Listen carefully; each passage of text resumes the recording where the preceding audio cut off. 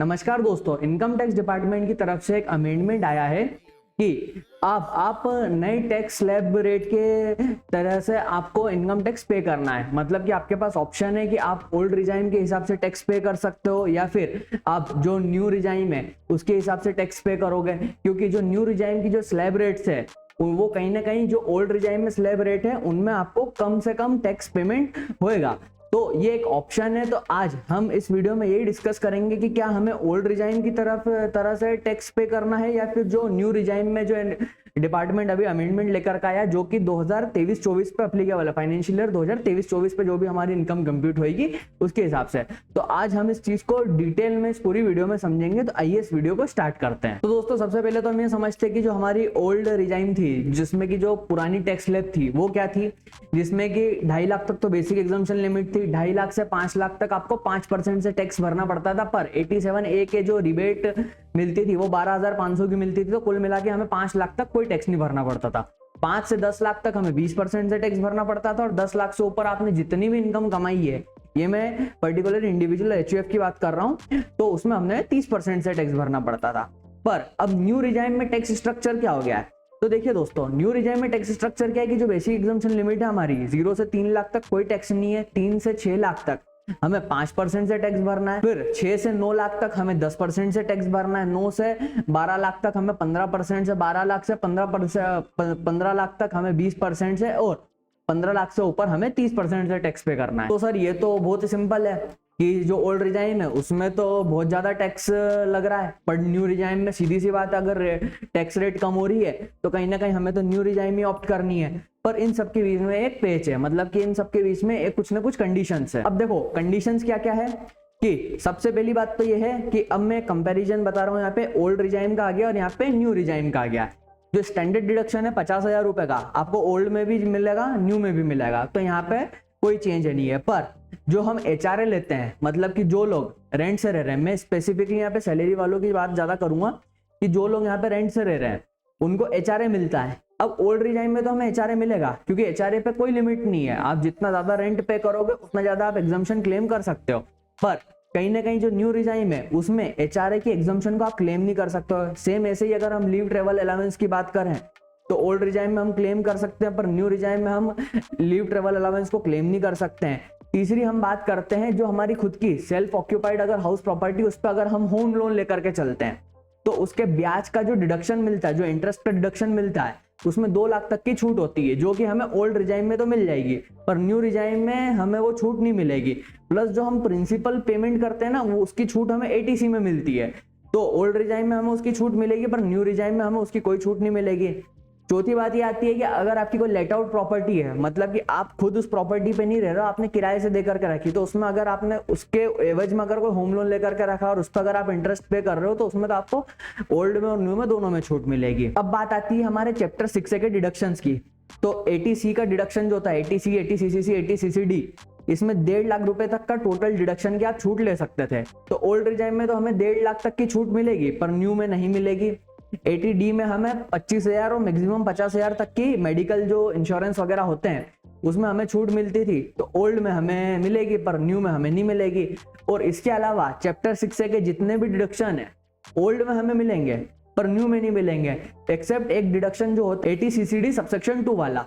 ये जो एम्प्लॉयर जो कंट्रीब्यूशन करता है एनपीएस में, इसमें छूट दोनों में मिलेगी, ओल्ड में और न्यू में दोनों में मिलेगी। इसके अलावा आप कोई भी इनकम अर्न कर रहे हो, आपकी जो सैलरी इनकम है और जो आपकी स्पेशल जो स्लैब जो स्पेशल टैक्स में जो होती है, लाइक जैसे कि लॉन्ग टर्म कैपिटल गेन वगैरह हो, इनको छोड़ के अगर कोई भी इनकम आप अर्न करते हो, लाइक जैसे कि फिक्स डिपॉजिट पे इंटरेस्ट हो गया या डिविडेंड हो गया या किसी भी तरीके की अदर इनकम है, तो जो पर्टिकुलर स्लैब रेट जो मैंने डिस्कस कर रहे थे उनके हिसाब से टैक्सेबिलिटी होगी। अब सर सबसे महत्वपूर्ण सवाल तो यहाँ पे आता है कि हमें कौन सी रिजाइम को ऑप्ट करना चाहिए, क्योंकि बहुत सारा कंफ्यूजन है और वाकई में काफी सारे लोगों में काफी सारा कंफ्यूजन फैला हुआ है कि किस रिजाइम को हम चूज करें। तो देखो सिचुएशंस पे डिपेंड करता है।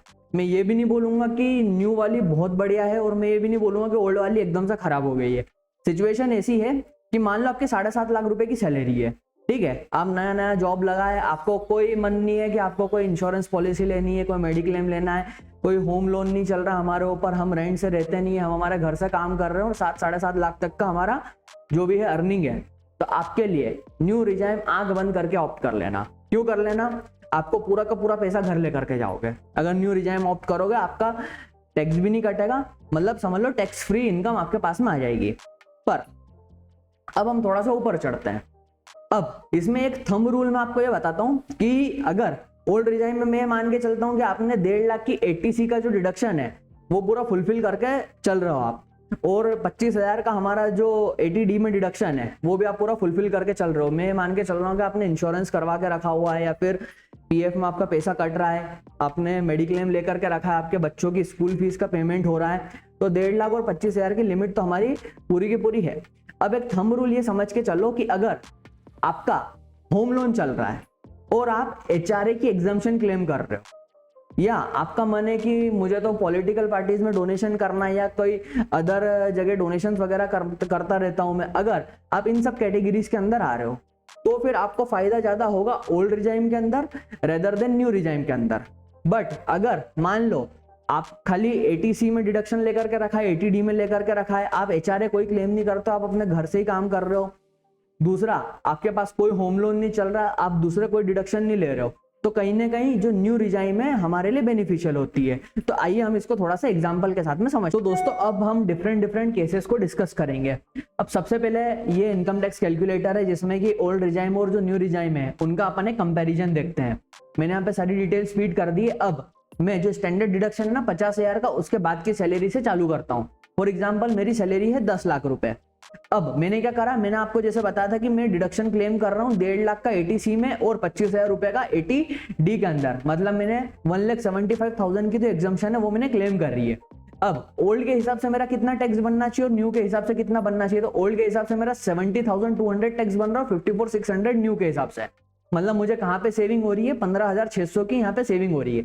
पर मैंने स्टार्टिंग में एक थंब रूल आपको बताया था कि अगर आप एग्जम्पशन ले रहे हो, HRA की एग्जम्पशन या LTA की एग्जम्पशन हम ले रहे हैं, या फिर हम इंटरेस्ट, अगर हमारा होम लोन चल रहा है और हम पे इंटरेस्ट की एग्जम्पशन ले रहे हैं। फॉर एग्जांपल अगर मैं सोच के चलूं कि आप 2 लाख तक का एग्जम्पशन ले रहे हो HRA में, और 2 लाख तक की मैक्सिमम हम छूट ले सकते हैं जो ब्याज रहता है होम लोन का उसकी, तो अगर मैं इन दोनों फिगर्स को यहाँ पे पुट करता हूँ तो अब मुझे कहाँ पर ज्यादा सेविंग मिल रही है, पर्टिकुलरली ओल्ड रिजाइम में ही मिलेगी।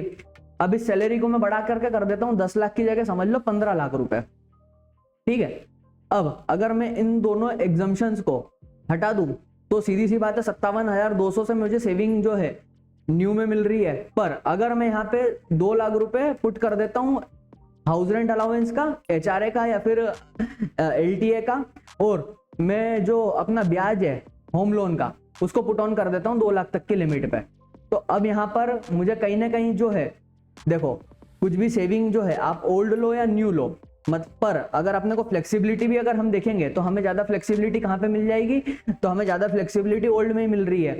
अब सेम चीज को अगर मैं बढ़ा करके कर देता हूँ 20 लाख की सैलरी कर देता हूँ हमारी, और मैं 2,40,000 रुपए का HRA कर देता हूँ, यहाँ पे मुझे जो टैक्स सेविंग है वो कहाँ मिल रही है, 12,480 की ओल्ड में मिल रही है। मतलब कि ओल्ड स्कीम मेरे लिए ज्यादा बेनिफिशियल है रेदर देन न्यू स्कीम। तो दोस्तों इसमें फाइनल वर्डिक्ट यही है कि हमें ओल्ड स्कीम की तरफ जाना चाहिए, न्यू स्कीम की तरफ जाना चाहिए। तो देखिए जो मैंने आपको थंब रूल बताया था, पर ओल्ड स्कीम हमें फ्लेक्सिबिलिटी देता है कि हम कुछ काम कर सकते हैं, हम HRA की एग्जम्पशन क्लेम कर सकते हैं, हम LTA ले सकते हैं, हम इसके अंदर जो हमारे चैप्टर 6 के डिडक्शन है, बाकी अगर कोई दूसरे डिडक्शन लाइक एजुकेशन लोन वाला डिडक्शन हो गया तो इनको हम क्लेम कर सकते हैं।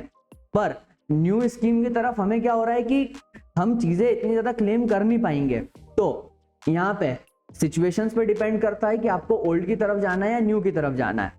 अब आपके जो एम्प्लॉयर है, मतलब कि अगर अभी आपने स्कीम को अगर सिलेक्ट नहीं करा है तो बाय डिफॉल्ट उसमें न्यू स्कीम के हिसाब से आपका TDS डिडक्ट करेंगे आपके एम्प्लॉयर।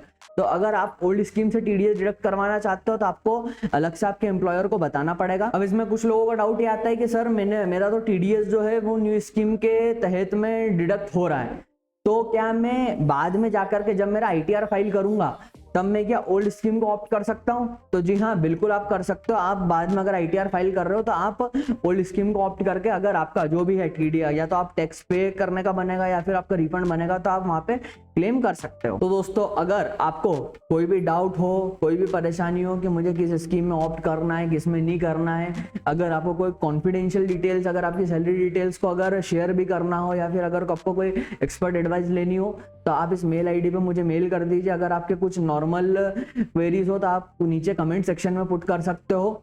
और आप इस वीडियो को ज़्यादा से ज़्यादा शेयर करिए, इस वीडियो को लाइक करिए, मेरे चैनल को सब्सक्राइब करिए। थैंक यू, आपका बहुत बहुत धन्यवाद।